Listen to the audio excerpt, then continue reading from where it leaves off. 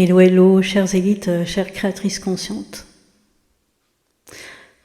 J'avais envie de faire ce podcast parce que je me suis posé une question récemment, puis j'avais envie de déposer ça ici, dans cet espace public. Quand tu as débarqué dans j'ai envie de dire dans la perception, dans la révélation de la manifestation consciente, de la création consciente, tu y as été amené peut-être parce que tu t'es posé des questions existentielles, ou peut-être parce que justement tu étais déjà passé par toutes ces approches de shadow work, de transgénérationnel, de guérison de l'enfant intérieur, de tout ça, et qu'à un moment donné tu t'es dit c'est bon quoi, j'en ai marre, j'arrête, stop it, et donc du coup tu as basculé dans cette voie, j'ai envie de dire, dans ce chemin de la manifestation consciente. Et la question que j'aimerais envie de poser ici, c'est est-ce que tu es passé d'une case à une autre en fait? Est-ce que tu es passé en quelque sorte d'une à une autre? La cage du shadow work, de la guérison permanente du passé, de l'enfant intérieur, des histoires de la famille, les fidélités inconscientes et tout ça. C'est un puits sans fond. En fait, à chaque fois que tu vas trouver un truc, tu pourrais dire « Ah tiens, c'est ça », mais en fait, il y a encore autre chose derrière qui vient. Et du coup, on ne s'arrête jamais. Et donc, à un moment donné, il peut y avoir juste une sorte de « c'est bon, j'en ai marre, en fait, j'ai assez creusé, j'ai assez nettoyé, j'ai assez vérifié, j'ai assez stop ». Et c'est précisément ce moment-là où tu dis stop, en fait, que tu bascules dans autre chose. Mais quand tu arrives dans la manifestation consciente et dans la création consciente, est-ce que tu n'es pas en train de rentrer dans une autre cage? C'est-à-dire, les barreaux, ils ont changé un peu de couleur. Avant, ils étaient un peu noirs, et là, ils deviennent un petit peu plus dorés. Mais tu es toujours dans une cage. Et là où avant, tu étais en train d'analyser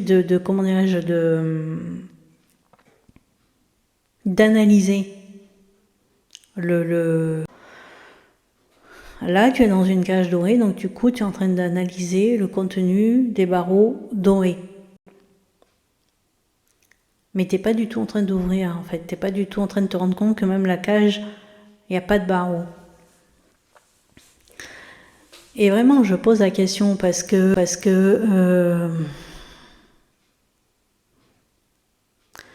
des fois, je me rends compte qu'on est un peu comme des marcheuses, des randonneuses spirituelles,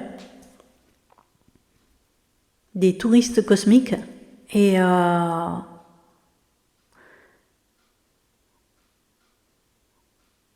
comme si finalement il y avait ce truc de se dire encore, justement, je ne suis pas assez. Alors avant, c'était par exemple, je ne suis pas assez aux yeux de la famille, je ne suis pas assez aux yeux de la société, je ne suis pas assez aux yeux de blablabla. Et là, on bascule dans autre chose, ça serait, je ne suis pas assez vigilante sur mes pensées, je ne suis pas assez vigilante sur mes états d'être, j'ai peut-être mal affirmé, est-ce que j'ai fait les bonnes visualisations? Si j'étais tellement éveillée, alors je ne devrais pas ressentir des émotions.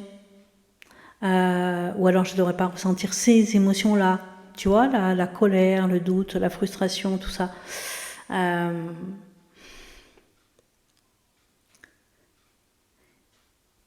Et en fait, le fait de s'auto-juger, comme ça on est en fait dans une espèce d'auto-jugement permanent. Alors avant c'était l'auto-jugement, c'était pas l'auto-jugement, avant c'était le jugement, les autres, la société, l'extérieur, blablabla. Après c'était le jugement, c'est l'histoire familiale, le karma familial, parce que le grand-père il a fait ça, puis la grand-mère, puis le grand-oncle, et puis mes parents. Et donc du coup voilà, j'ai hérité des patates chaudes. Et puis comme on bascule dans la manifestation consciente, d'un seul coup il y a cette notion de la responsabilité. Donc d'un coup il n'y a plus... C'est à cause de l'extérieur, mais c'est D'abord parce qu'on comprend qu'il n'y a plus d'extérieur, justement, mais ça devient encore, j'ai envie de dire, plus subtil, plus vicieux. C'est que d'un seul coup, vu que c'est uniquement à cause de moi, en gros, c'est que j'ai pas eu les bonnes pensées, j'ai pas eu les bonnes émotions, j'ai pas eu les bonnes postures. Je suis pas assez. Et donc, du coup, cette autocritique permanente fait que on va continuer à manifester justement le résultat, on va dire en fait le collage de ces états d'être. Et le pire, c'est qu'on rajoute une couche. C'est que on ressent on ressent par exemple de la frustration à croire qu'on n'est pas assez, qu'on n'a pas assez compris ça, qu'on n'a pas assez compris l'enseignement de Noé Godard ou d'Abdullah, qu'on n'a pas assez visualisé correctement, on n'a pas ressenti dans nos cellules et tout ça, donc on est frustré. Et le pire, c'est qu'en plus, on va se juger d'être frustré. Donc on rajoute encore des couches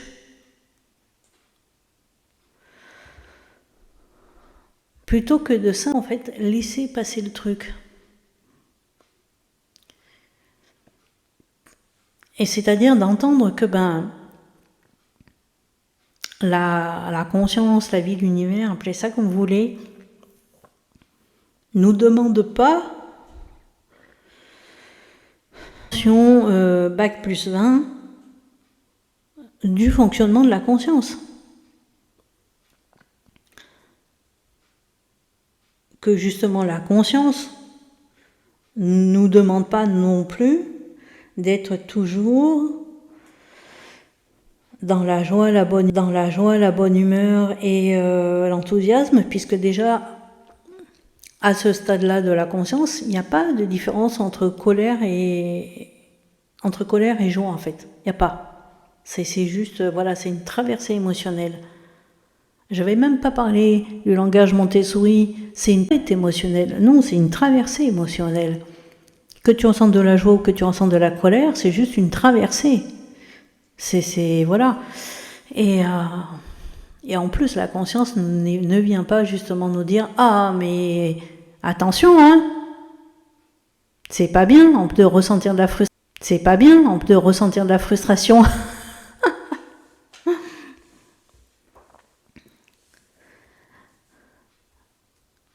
On n'est pas en train de passer un examen.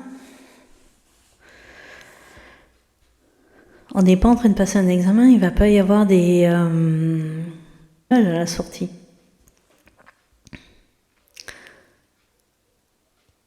Donc si tu es dans cette étape du process justement où tu te dis que peut-être tu fais pas les choses suffisamment bien, que c'est pas encore tout à fait, t'as pas encore tout à fait lâché prise ou quoi, mais j'ai envie de te dire, mais fous-toi la paix. Mais genre vraiment fous-toi la paix en fait.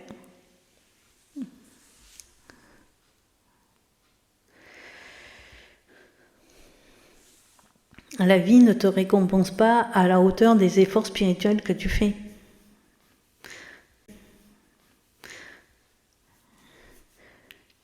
Que tu affirmes 300 fois par jour, que tu écoutes 15 heures de subliminaux ou que tu fasses rien de tout ça,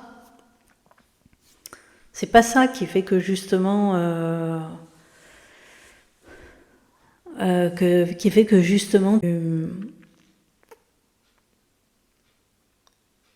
tu vas manifester, en fait, tu vas percevoir, révéler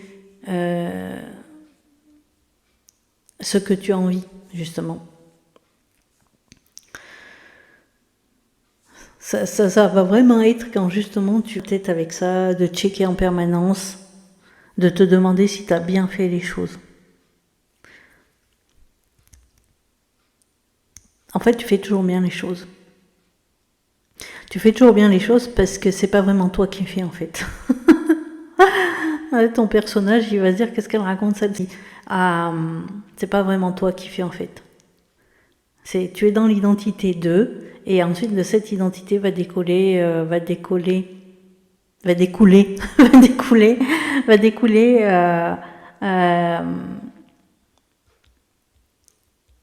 va découler certaines choses, des pensées, des émotions, des postures, mais qui sont elles-mêmes alimentées par la conscience elle-même en fait.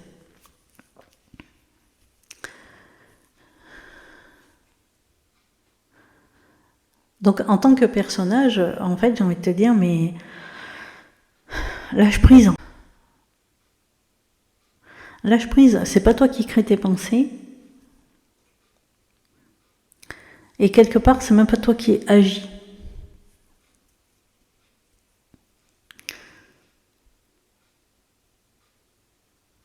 Donc, plutôt de continuer à te prendre la tête justement et à te poser 3000 questions, simplement te dire ok, ça serait comment si finalement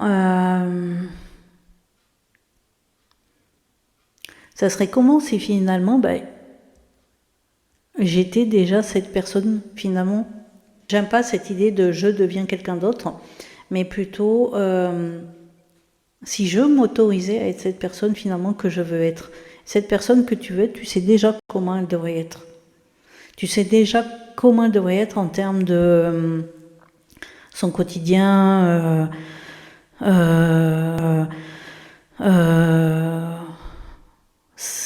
envie de dire ses pensées, ses émotions et tout, tu as déjà une idée en fait. C'est juste que tu ne te l'autorises pas. Vous me direz comment ça résonne ça pour vous dans les commentaires. Je vous souhaite une très belle journée.